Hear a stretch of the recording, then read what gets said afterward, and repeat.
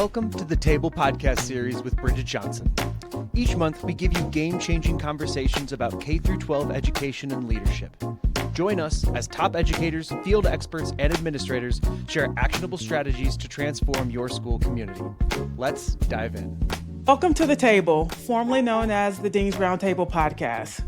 We're doing a bit of rebranding, but our mission stays the same, creating a space where student life professionals, educators, and change makers come together to share stories, insights, and ideas for building communities where everyone belongs. I'm your host, Bridget Johnson, founder of the Dean's Roundtable and longtime student life professional.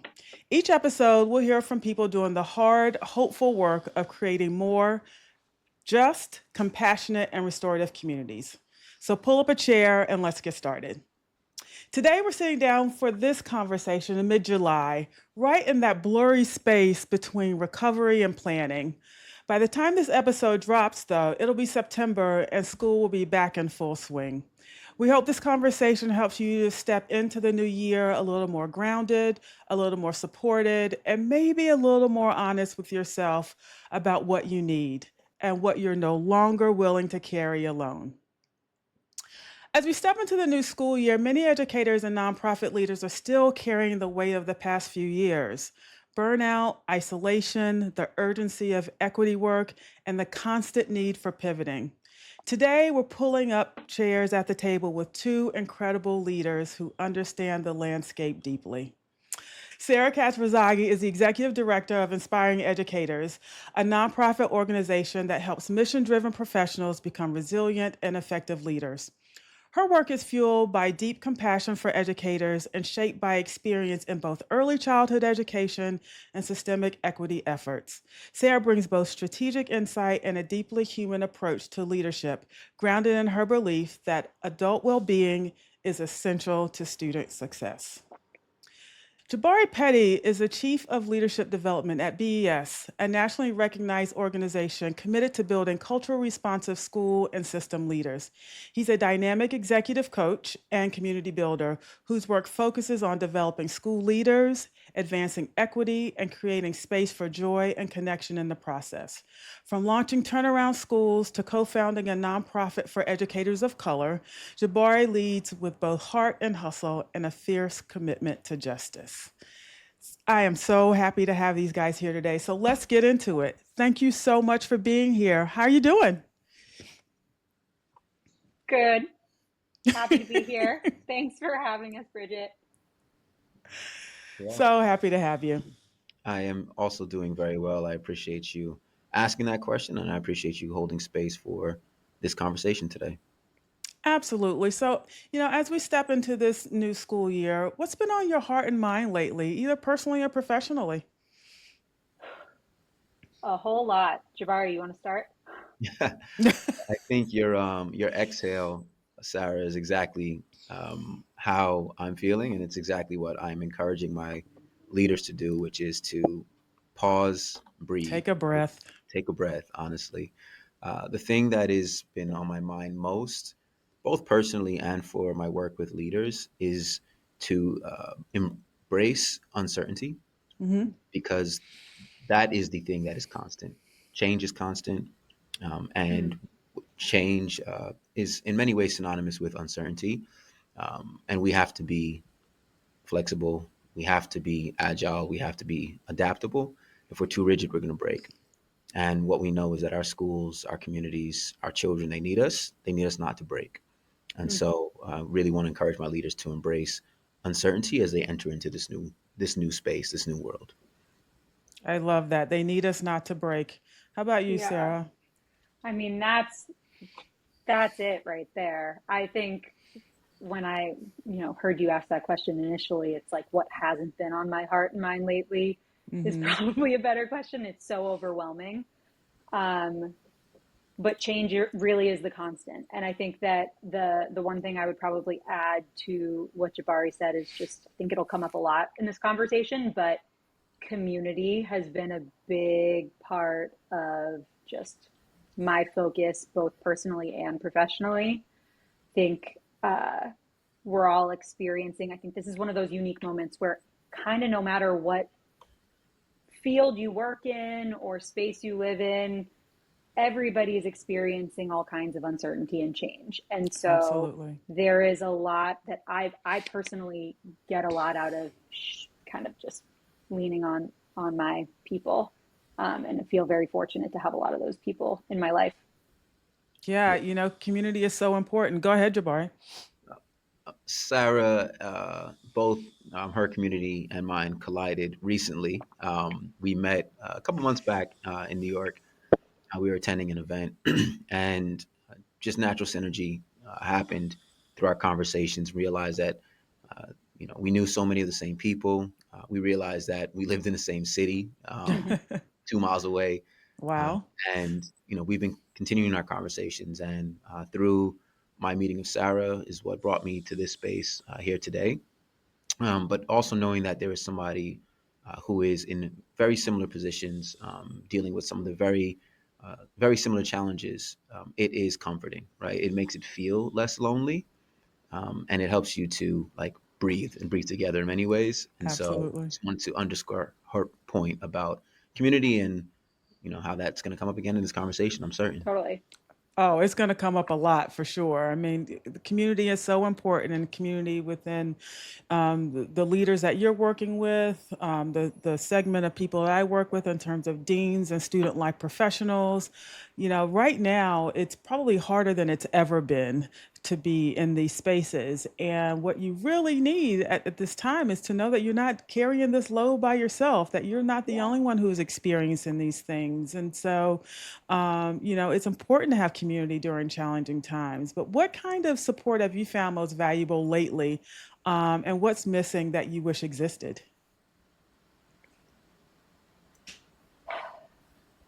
Go ahead, Sarah.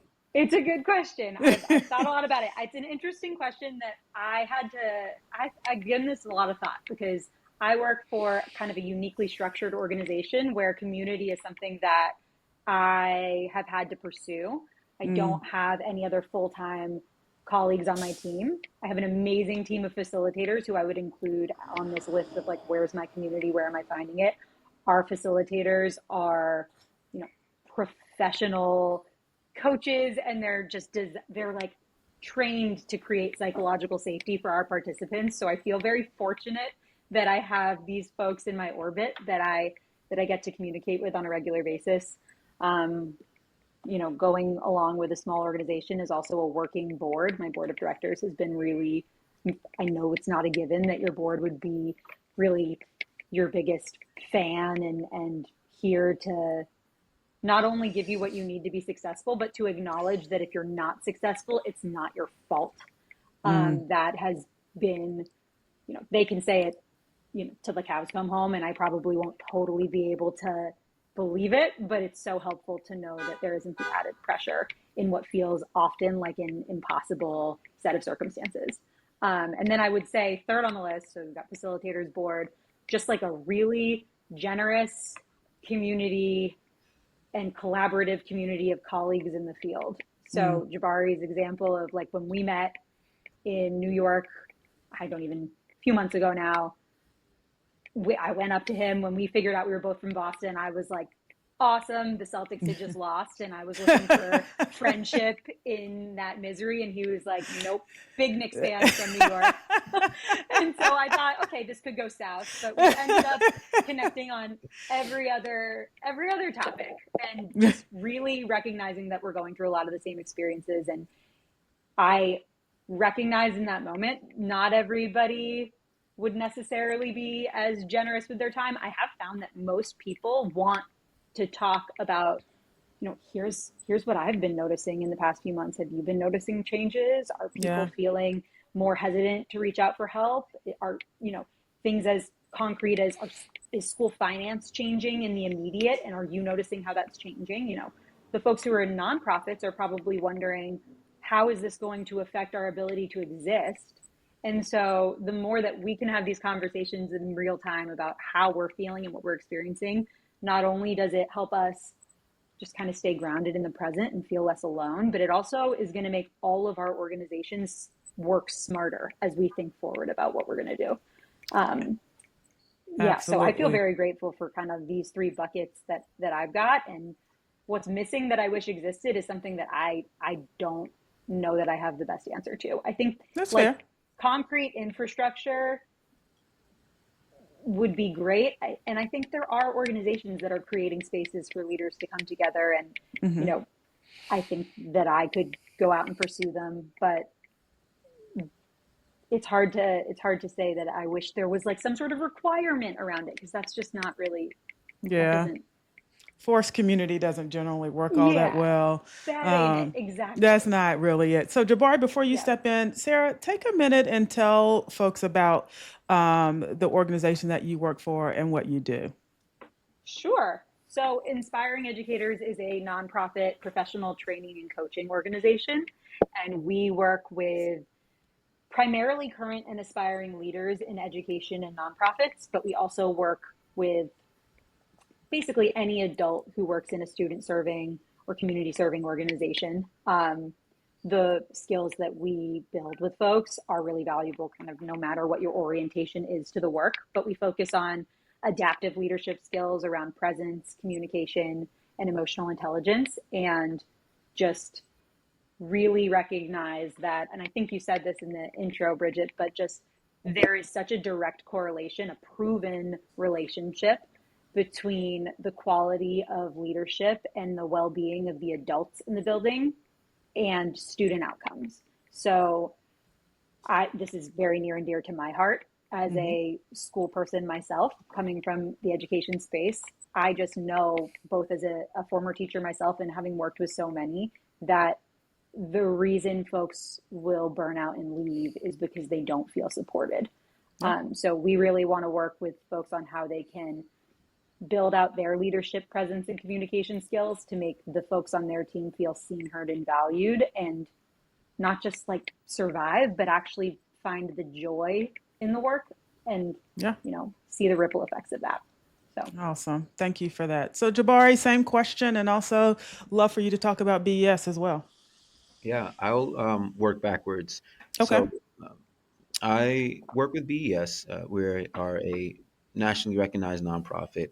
And the core of our work is to identify leaders who have big, brilliant, bold ideas for schools. And we support them in starting their schools and standing up their schools successfully, and to sustain their schools over time. So the sustaining part is directly what I do. And interestingly enough, BES is an acronym for Build, Excel, and Sustain. And the sustaining part is what I do. I lead their leadership development programming. There are three programs that I lead specifically. One, which we started, which is our newest program, is called the Accelerator, where we focus on the business acumen and the organizational leadership of our school leaders. Right. What we know happens is that school leaders often are not prepared with those hard skills, right? Building, balancing a budget, resource allocation, infrastructure, strategy. We're really intentional about pouring into the leaders those skills, those competencies, so that they can successfully lead and sustain their schools over time.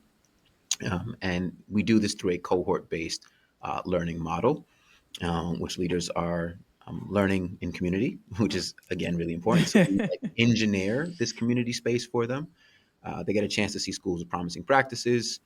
They get a chance to learn from leaders who have gone before them, right? Leaders who have started their own schools. They now come back and pour back into the community. So that's what I do. Okay. In terms of what I wish I would have known about community, is that you can choose your community, right? Just because you're born into a particular hmm, space, a city, a region, you can choose your community, very much so. You can choose who you want to be fed by, you can choose who you want to be loved by. And it's important that the people that you choose are reciprocal in pouring into you in the same way that you pour into them. And I wish I would have known that earlier. Mm. I also wish I would have known that you can have multiple communities. You don't just need to have one, right? Different communities serve different purposes, yeah. and you can tap into certain communities for like information on civics, right? I think it's really important now, and I bring that up specifically because I recently got connected to a community that the conversations are very much about civics, so Mm. that I can know more about what's happening present day and how that Hmm. affects the work that we are doing specifically, how that affects the students who are in our classrooms, right? Because the Sure. policies that are happening on Capitol Hill are certainly making their way back to the classrooms in Boston, Absolutely. to the Oh classrooms yeah. in Georgia. And so knowing that you can have and tap into communities for different purposes and different reasons. What else is important too is to not be extracting, right? Just pulling away from your community, but you also need to be pouring back into your community Mm. is incredibly important. And so I found this idea of reciprocity to Mm. be really important now, right? Like as much as I am learning from my community, I'm being really intentional about giving gifts back to the community. Awesome. I love that. And Thank so you. you guys are both working with leaders who are surviving, but not necessarily thriving. It's hard right now to thrive, to be very honest. And so we're not faulting anyone for that. But what are some of the signs that someone might be struggling, even if they don't realize it yet? I'll jump in here. A tell for me is when leaders are arriving late to coaching sessions, Mm. frequently having to reschedule coaching sessions, or when they don't bring in agendas as a coaching session. And when I use the word agenda, I mean an item, a topic. The subtext there, right? Like behavior is always communication, and the subtext that we have to read is that leader is in a space of being reactive versus being proactive. Yes. And if we unpack that some more, then what we're really talking about is time Mm. and the leader not being the author of their time, Their time. not being the author of their days, they're not them not being the author of their weeks, them not making the time to get up on this proverbial balcony to observe, Yeah. reflect, and plan. And I'm talking about it's okay if this happens a few times, but frequently, Hmm. that's when we really need to pay attention to what's happening because that is a signal that something is off. Something is. Totally. That really that resonates. I think what I was going to say sort of falls into that same under that same umbrella.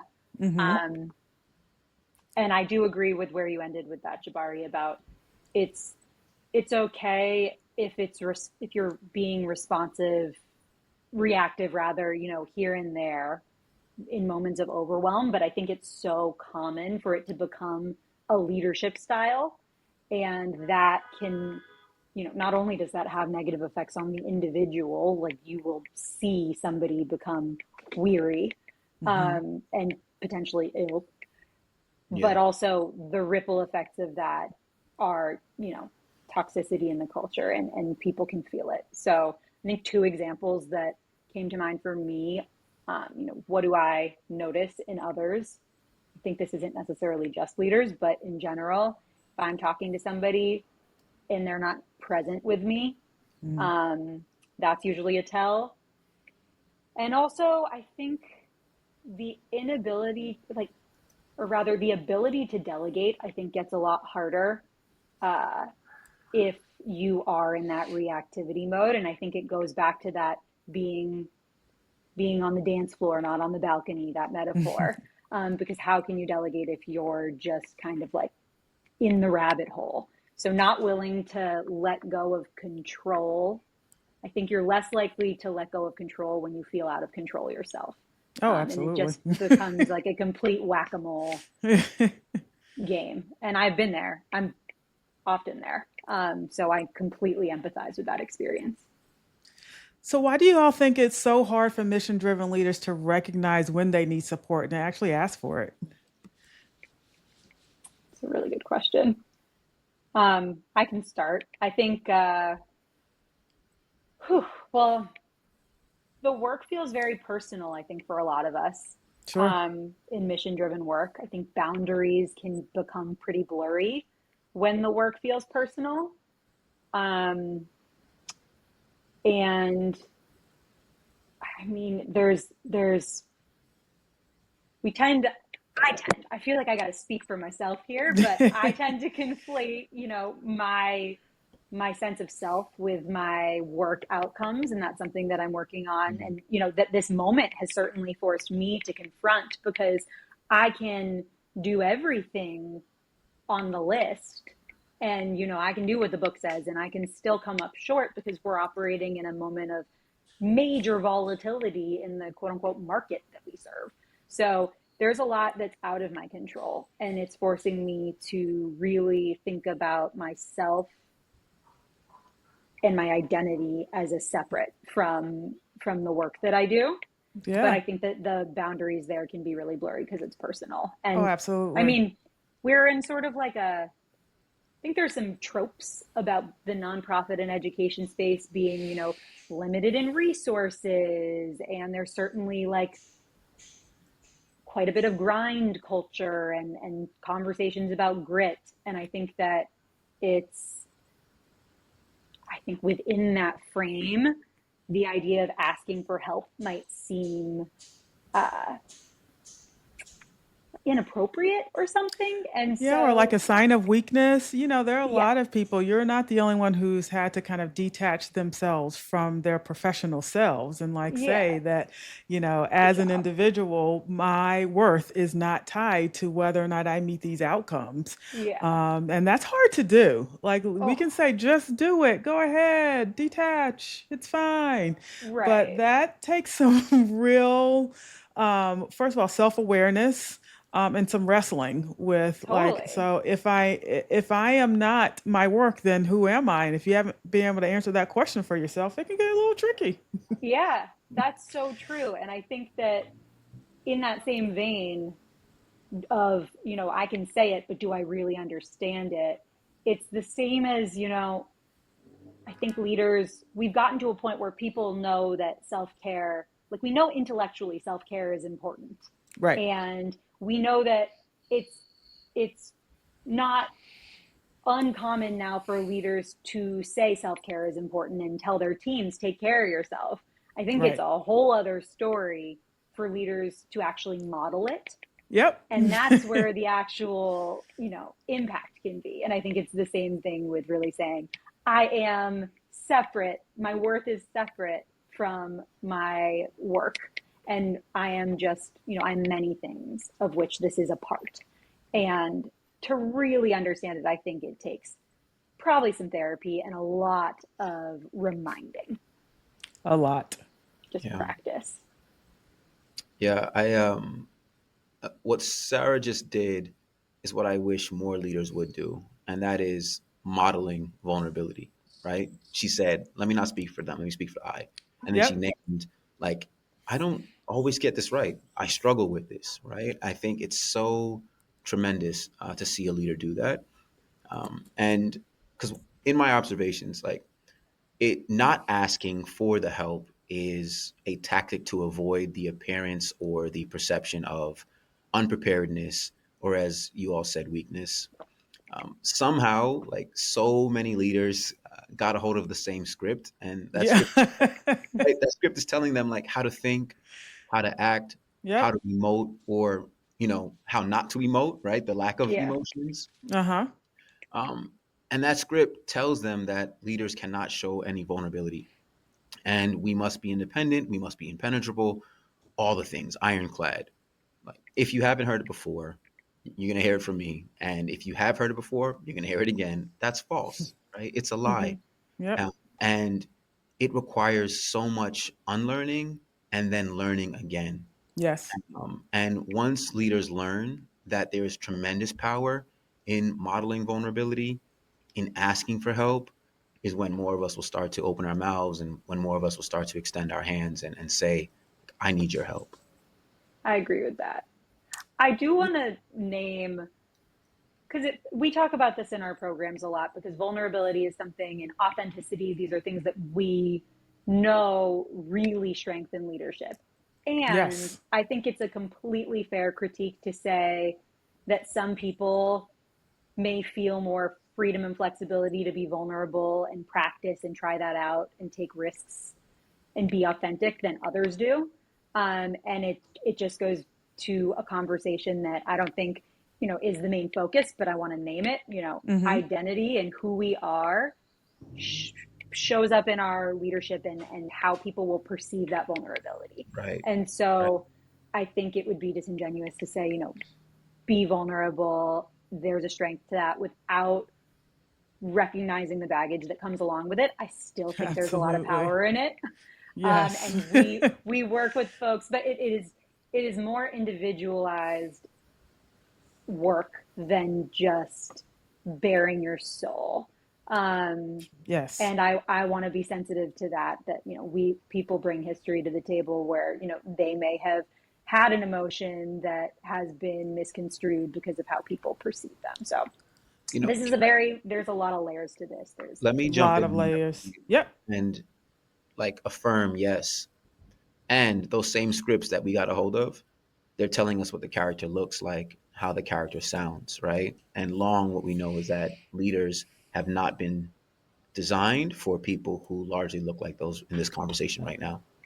Leadership has been designed through the perspective of the white male gaze, yeah, right?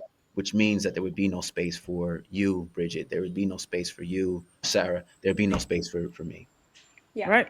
frankly.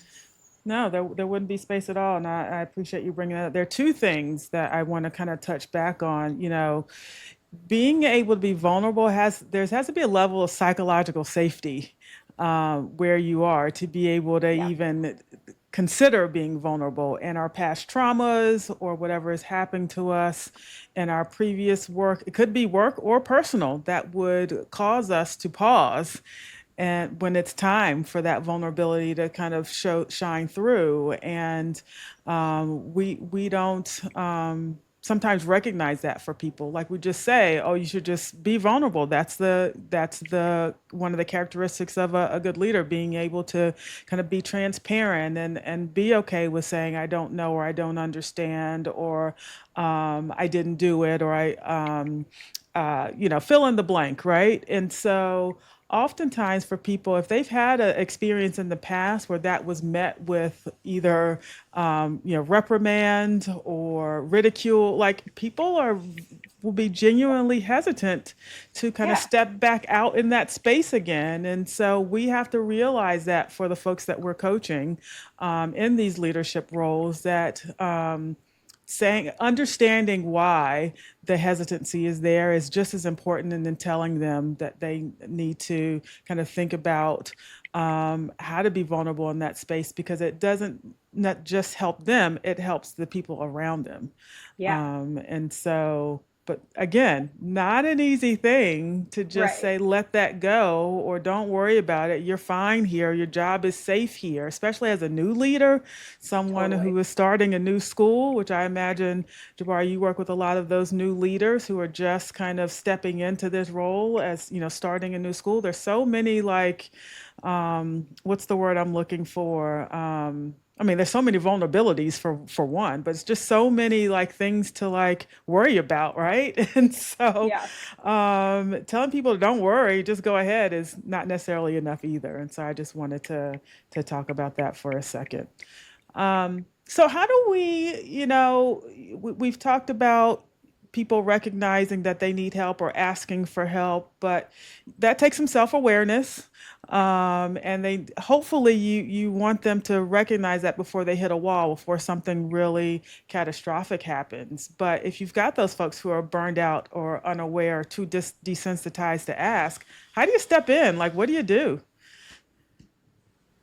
Um, so, you know, I always begin my coaching sessions by asking the leader, how are, insert their name here, right? How are you doing as a person? And I then follow by saying, I don't want you to answer this from the perspective of your position. Mm, I don't want you to answer this from the perspective of your profession. I want you to tell me how you're doing as a person. They're often thrown off guard because they're yeah. like, "What? Nobody's really asked me that before, right? People, or nobody's really pushed me to think about, reflect deeply, and look inward on how am I doing as a person." Mm, And it allows for them to like take off some of that armor and let me in. Um, yeah. Another way that I'll ask that question to give them access or entry into the conversation is like, what's going on in your world, right? I think that then allows them to be flexible in how they want to answer Mm, how they want to enter the conversation, and the things that they want to share. As a coach, I'm listening and I'm paying attention. And if if at each coaching session I'm asking that question, what's going on in your world, and I'm hearing that there are some things that are um, themes recurring and repetitive, I'm going to probably pause and ask us to dig deeper into that, Mm. really unpack like this thing Okay. has come up multiple times. Why is this always top of mind for you? What is that saying? How is that making you feel? Those are some really important questions as well to like scratch away at the surface and get deeper into what's really happening and what's really at the core. Awesome. Yeah. So, oh, go ahead. Hop right Well, in if you're going to say I something. do have, I have a thought, a Okay. couple, because this is a tricky question. Yep. I have the luxury in my role and in the work that I do that a lot of the folks that I'm talking to are folks who've already made that decision that they are seeking help or that they want to bring support, to their teams. Or, sometimes we're working with folks who are part of training cohorts. They've already signed up. So that question of how do we reach the people who aren't showing up, who are burned out or, just unaware or think that what their experience is normal. Mm-hmm. How do we reach those people? And I think what we try to do is meet people where, a couple things. One, we just try to meet people where they are in Sure. a fairly literal sense and eliminate as many barriers to accessing support as possible. So Yep. whether that meant like virtual programs or shorter programs or larger programs or grants or scholarships, it's like I'm constantly asking the question, can we do something meaningful within this set of circumstances? And talking to our facilitators and our designers about what is the impact that we can have. Is it going to be worthwhile? And that is a standard that we hold really high because of sort of the second part of what I'm thinking, which is, we work with folks who are, have a lot of experience typically being burned by professional development and, having their time wasted. So showing up the way that Jabari just described and being able to flip the script really quickly and say, this is, maybe explicitly say or show that this is not going to waste your time. This is going to feed you in the way that you need to be fed. Yeah. And maybe actually framing it, one way that we might do that is by creating community spaces that aren't just about what we can help you with, but also what you can gain from being in community with other people and having your experiences validated by other people. By framing it as an opportunity for connection and community rather than this is help that you need, I Right. think is another way that we would hope to be able to welcome more folks in who wouldn't necessarily be running to the coaching session that's going to help them as individual leaders build their skills. Yeah. And I'll add a really quick note. Mm-hmm. Is we have to engineer an environment in which the person can actually slow down and pause, Right. Mm-hmm. right? And that's the only way that you're going to really begin to open up and be perceptive to what it is that you're experiencing, what it is that you're feeling as a result of the stimuli that you're engaging with. We have to create a space where people can actually pause and be present to make sense of what it is that they're feeling. And then the next step, when you think about building capacity, is equipping them with the language to name, this is the thing that I'm feeling. Perfect segue into my next question because this time of year, start of school, flurry of activity, so much happening, lots of sense of urgency around a lot of things. How can we help leaders pause during this time? They're like, there's no way I can pause right now. I got to go 1,000 miles an hour because everything is happening, everything needs my attention. And so, what can we do to help leaders pause early to notice what kind of support they actually need before it's too late? I have some thoughts about this. I think Okay. a couple things. First and foremost, I think leaders, this is kind of unfair, but the foundation of strong, trusting relationships, I think, is really important. I think that if you trust the people around you, and maybe also some other leaders that you call up when you have, something that you're working through, or just to check in, hold yourself accountable once a week to checking in. I think those people can be mirrors for you, which could be really valuable. I think it's kind of unfair because it's sort of telling people something that they need to have. If they don't have it, then how helpful is this? But I think a checklist that I also tried to bring back when I was thinking about this question, I tried to bring it back to we have a PRES model at Inspiring Educators, our PRES model for leadership presence. It's the first four letters of the word presence. And the four of those components, I think, kind of function as a checklist for me. So when I think about the P, it's how present am I? And literally asking the question, which we do sometimes at the top of our programs, what percent present are you right now? And what's keeping you from being 100%? So starting there. The R is reaching out. And the questions that I would think about here are like, how am I interacting with my team? How are those interactions leaving me feeling? How do I think others are walking away from those interactions? For the E, being expressive, what are the messages that I'm putting out there right now in my community? Am I being intentional about what those messages are and how I'm delivering them? And are they having the impact that I need for them to be having? And then the being self-knowing, the S, are my actions a reflection of my values? So kind of asking myself these questions and noticing where, I mean, at any given point, the answer to one of these at least is probably going to be a signal that you need to work on something, because it would be pretty exceptional to be nailing all of this all the time. So I think really thinking about it in these both, how grounded am I? Am I reflecting my values? But also outwardly, what am I saying? How am I reaching out? How am I connecting? Just helpful to kind of have these check marks, these boxes to think about, how you're showing up. Absolutely. Jabari, practices or rituals and you helping your leaders stay grounded and present? Yeah. Well, early on in my work with my leaders, I have them engaging a forecasting activity. And we do two things in this activity. We do somewhat of a somatic exercise. I have them envision how each month will look, sound, and feel. Really script out the sensory details across the year. Um, Leaders are coming in with some context about what a year might feel like. And so Sure. I have to consider all those things. What's going to happen in October, right? When it's the longest month of the year, it's starting to get a little colder, depending on where you live, of course. The nights are getting a little bit longer.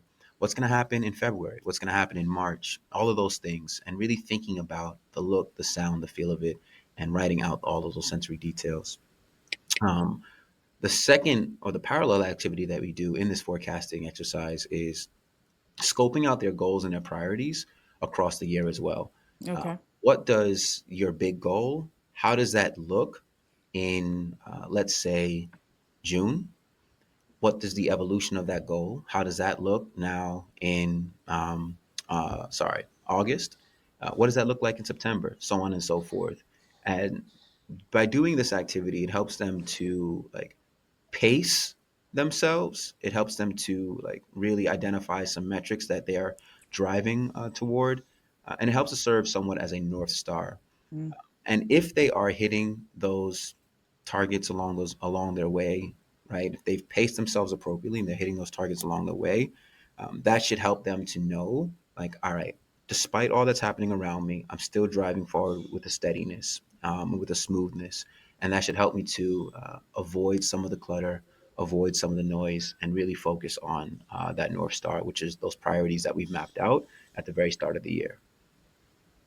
Well, I that love was that. you really just answered the next question in terms of, everything is urgent for a leader at some point, or at least it feels that way. I'm not saying that's the real reality, but it feels like everything is urgent. And then trying to distinguish between the noise and what actually deserves your attention is super important. And having people around you that can help you do that, be that North Star, help you calibrate is invaluable. And so, do you guys want to talk about how you do that for folks? I mean, you talked about the goal setting and what it feels like kind of in each month, but there are some more practical, detailed things that you guys do that might be helpful for folks in that way. I can offer a response, like theoretically what I'm thinking, and then tactically what I will do or what I'll have my leaders do. So I'll ask myself, what will happen if I don't act on this today? How critical are the effects of my inaction on my mission or my goals? If I'm able to ask myself that question, and I can come up with the solution that, you know, not acting on this is not going to deeply affect my mission. It's not going to take me off target. It's not Right. going to slow down my pace, the pace that I just referred to earlier. But it really allows me to focus on those things that are most mission critical. Mm-hmm. Um, Importantly, it also allows me to engage and empower others to step in and lead. So instead of me running to the fire, I can empower somebody else to go ahead and solve this really complex challenge. And ultimately, it helps to build their capacity, which is the job of the leader and the job of the coach, Mm. which is to build capacity of the others around us. Yeah. Tactically, I'll use tools like the Eisenhower Matrix. Really quickly, that's those four quadrants. Yeah, I was like, I don't think I know what that is. Please Yeah, yeah, explain. yeah, Yeah. Oh, sure. yeah. The Eisenhower Matrix. Yeah, Eisenhower. You could do a quick Google and see if my description matches it. But it's four quadrants. It's do, decide, delegate, and delete. Huh. On the y-axis, it indicates the level of importance of the activity from very important to not at all important. And on the x-axis, it indicates the level of urgency from this is really urgent to this is not at all urgent at all. And you plot the different things that flow your direction onto that chart. And it helps you to visualize what it is that you are having to manage and where those things fall in the scope of all the things that you have to manage. Gotcha. I That's think very cool. I think in order for me, as I'm hearing that strategy, I'm thinking about my own sort of lists and all the different ways that I try to distinguish what's on my plate, what needs to get done when. And I know my tendency, like before I can even do that, if Hmm. everything feels urgent, if I'm in one of those headspaces of overwhelm, there's usually going to be like I'm not ready to even make make those lists or have that distinction. I tend to feel a bit paralyzed. And so Mm. how do I get to a place where I can approach with some rational thought all of the stuff I have to do? I know I'm not the only one who Right. has the experience of every single day having more to do than could possibly be done. So I'm Hmm. sure I'm not alone in this feeling of, being overwhelmed by this urgency that we've all kind of been socialized and raised to feel even when it's not there. So what I know I need to do usually first in these moments is just, I mean, going back to your previous question and what you were talking about, I think Jabari, you were talking a little bit about helping people actually create a sensory almost prediction, but just think about the senses of the stuff to come. And it reminds me a lot of a practice that I do in my own leadership coaching with my coach around a practice to kind of get my brain from the amygdala reactivity place to the prefrontal cortex, emotional regulation, rational thought. Once I'm there, I can start You distinguishing. can do the But thing. my practices tend to be very sensory focused as well, which is, when I think about the value add of the practices that you were talking about, Jabari, I would say that like talking about and picturing and thinking forward about those senses probably has that effect on the brain, which is great. For me, I do a 5, 4, 3, 2, 1, where I'm just 5 things I see, 4 things I hear, 3 things I can touch or feel, 2 things I smell, 1 thing I might taste if I'm in a position to be able to eat something, I guess. Um, Uh-huh. Anything that sort of helps me breathe and focus, and then literally just ask the question, what here is urgent? Um, and That's make those interesting. distinctions. I also try, because of that tendency for everything to feel urgent. I don't know how this will land. This may not be Let's something see. you want to keep and share with the listeners, but I, many, many years ago, worked at a pizza and ice cream restaurant where if either you worked in the service industry, you may recall that energy of urgency about everything all the time. And it's like, probably, I mean, I've worked in stressful environments. I've worked in many schools, so I know what stressful environments feel like. This was like next level intense. And I had a manager, there was a few, and the cool one would say, it's just pizza and ice cream, when people were like Right. freaking out and crying. And I have used that phrase all the time in every job since. It's totally valuable to me still. If I can just remind myself it's just pizza and ice cream, I mean, the work that we're doing is very important. It But is. in order for me to do it at all, I think I need to sort of lower the temperature and the anxiety around that urgency and just take it one step at a time, and, you know, just kind of Pizza and using ice that cream. as a barometer. Is it just pizza and ice cream? Usually the answer is yes. And yeah, I'm not out here doing surgery.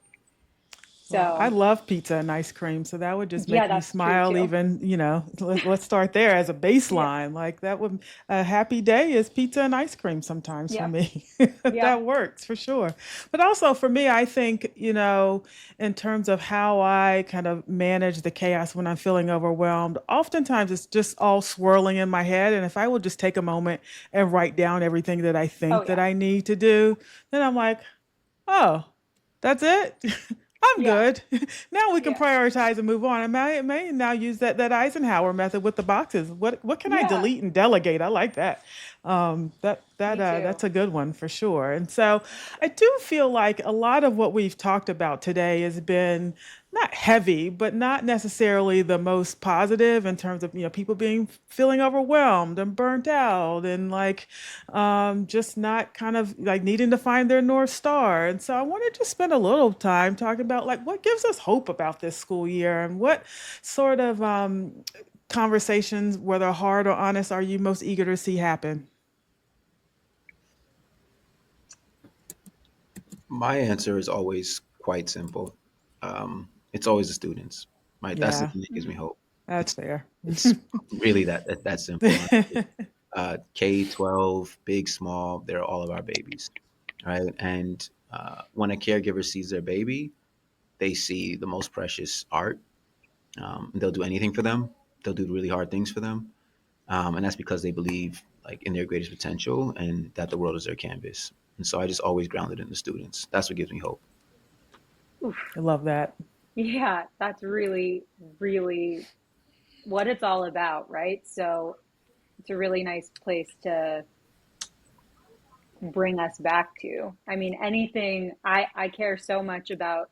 I mean, the well-being of educators certainly matters to me for the sake of it. I think that they deserve to be poured into, but it's ultimately about how that well-being shapes students and what they're Yeah. walking into every day and what they're, going to experience. And I think in addition to just deriving hope from the kids, I think it's also for me, especially in this season of professional development, this is a busy time for folks to be going and pursuing PD for themselves. I think I derive hope from seeing how many people are choosing that for themselves on their own time and occasionally on their own dime as well. Hmm.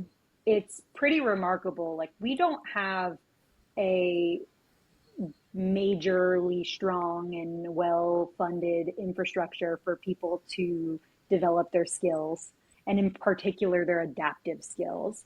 And it seems to me like a lot of people anyway, are finding ways and making time to develop themselves professionally. And that gives me hope because they see how necessary it is for them to show up, and be their best selves for kids. And in terms of, did you ask the question about honest conversations that I we need to did. be having? Okay, cool. Thought so.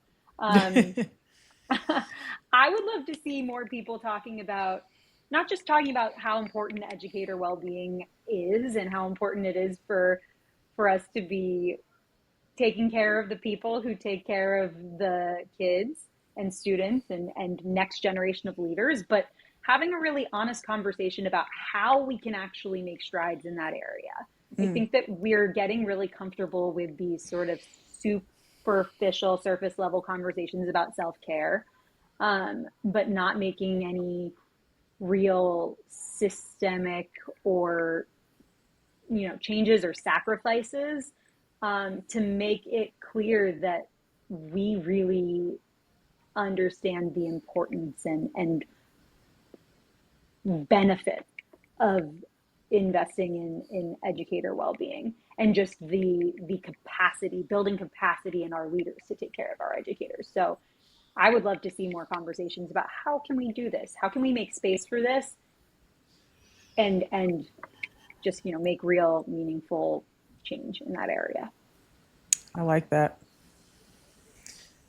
Anything else you want to add to that, Jabari?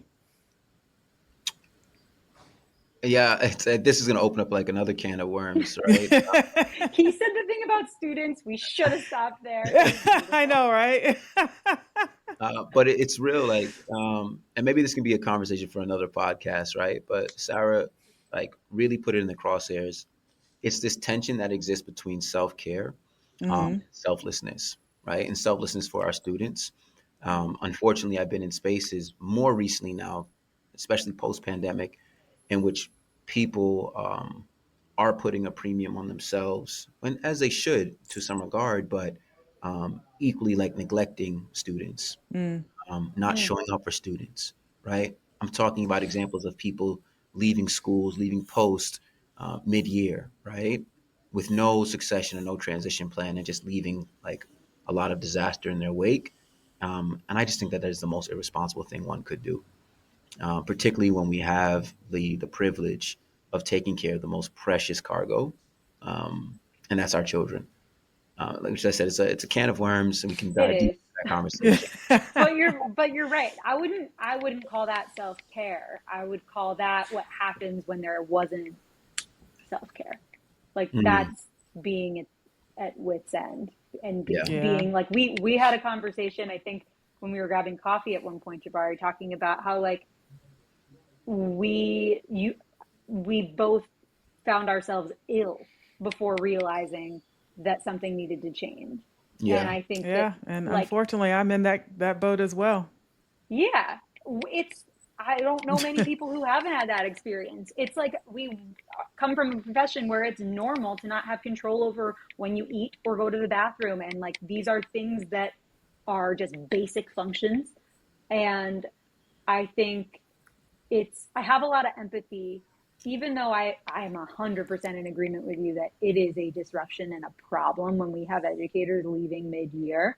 I have empathy for folks who have pushed themselves to the edge and then make that incredibly difficult decision, because I just, trying to put myself in those shoes, I'm assuming they don't know what else to do. And so it's about figuring out how we can get ahead of that by miles and miles so that doesn't happen. Which is why it's so incredibly important for people to have support networks, communities, and coaches. Exactly. Help them gain this clarity and build that capacity. Sure. So you might have already given your answer, but if there's one thing you could whisper into the ear of every school leader or nonprofit director this fall, what would it be? It's a marathon, not a sprint. Not a sprint. And the rest is part of the work. Really. Resting does not equal laziness. The rest is part of the work. Yeah, I like that. The rest is absolutely part of the work, right? Rest is radical. Rest is radical. What I would whisper into their ear is, you are enough. This means that, like, at this very moment, there is no leader better suited for the job than you. If you deeply believe this, then you shouldn't pretend to be anyone else beside yourself. And we know that so many leaders struggle with imposter syndrome. And if you believe this, then you should have the courage and you should have the confidence to lead your teams with conviction. And so I would tell them that you are enough. I like that. So if folks want to get in touch with you all outside of the roundtable, how would they find you? I think our names are pretty easy to search, right? Unique. I think I might be the only Jabari Petty in the world. Okay. they can search for me. LinkedIn. I'm not really on many social media platforms. We talk about self care. Yeah, Personally, that's the way that I cut through a lot of the noise. fair enough. Thing to the side. But LinkedIn, if you want to connect with me, you can hit me Okay. up at my organization's website, Okay. BES.org. Awesome. Yeah, I'm definitely working on lowering my social media intake for my own well-being. I am on LinkedIn though as well, Sarah Katz-Razagi. There may be more than one, but as far as I know, when I added the Razagi to my name, I became one of fewer than the bajillion Sarah Katz out there. And yeah, inspiringeducators.org. I am S Katz at inspiringeducators.org as well. And always interested in talking to folks about what they're experiencing. I love these conversations. They fuel me. So I would love for anybody to reach out. I love these conversations as well. And before we go, I'm starting this new lightning round thing so folks can get to Cool. know you a little bit. So, you guys game? You going to answer a Sure. couple of questions for me? Yeah. All right. So, first question, what's something you've been reading, watching, or listening that's been feeding your spirit lately? The Daily Stoic I've been reading, and I've been watching Mobland. Ah, you're the third person that said Mobland. I think I got to tune in. Yeah. Sarah, how about you? Um, I have a few, like, I try to bookmark things that make me laugh and then go back to them. And for me, there's like some old Saturday Night Live sketches that do it every time. So that's one thing. And this is not quite watching, reading, or listening to, but gardening is feeding my Ah, spirit. I've got a plot in a community garden, and watching things grow as I water them. I'm not good at it, but it is really it doesn't feeding matter. my It's spirit. good Yeah. stuff. I love it. All right, awesome. Next question. So, we talk about a little bit of food and gardening, good meal and community. What's your ideal dinner party spread?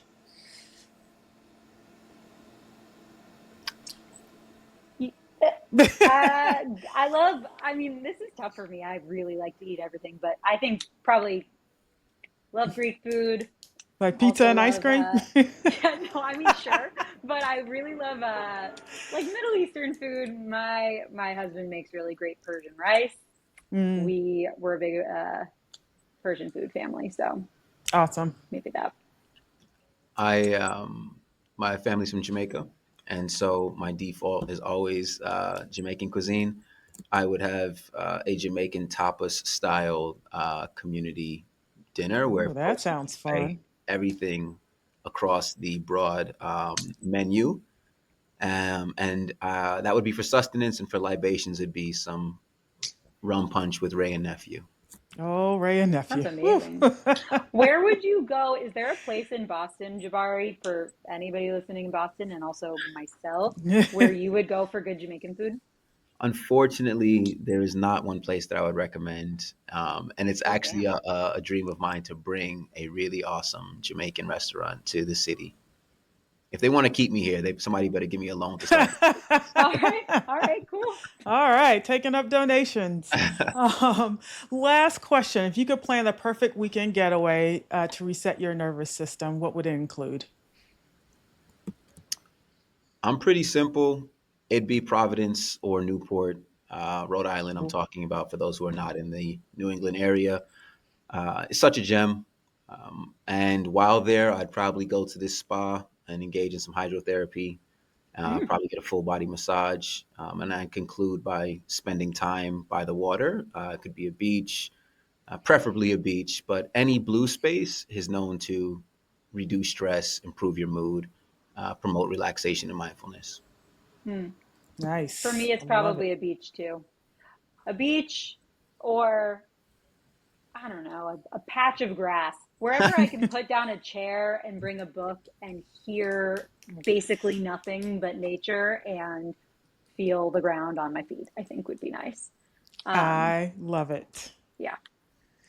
Well, that is going to conclude us for today. Thank you guys so much for joining me. I think this conversation is so valuable for new leaders, veteran leaders, everyone who is doing this work, who needs to kind of just think about how they're taking care of themselves, but also how they're showing up for their community. Is reciprocity, like we talked about at the very Yes. beginning. So it's not just taking care of yourselves. It's, when you do take care of yourself, though, it allows you to take care of those around you. So we want to make sure that you're doing both. And so Exactly. thank you again for spending some time with me today. I really appreciate it. You guys have been awesome, and look forward to more conversations with the both of you.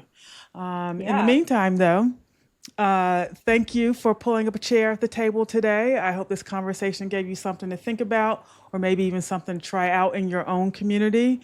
If you're enjoying the table, don't forget to subscribe, share it with a friend, or leave us a review.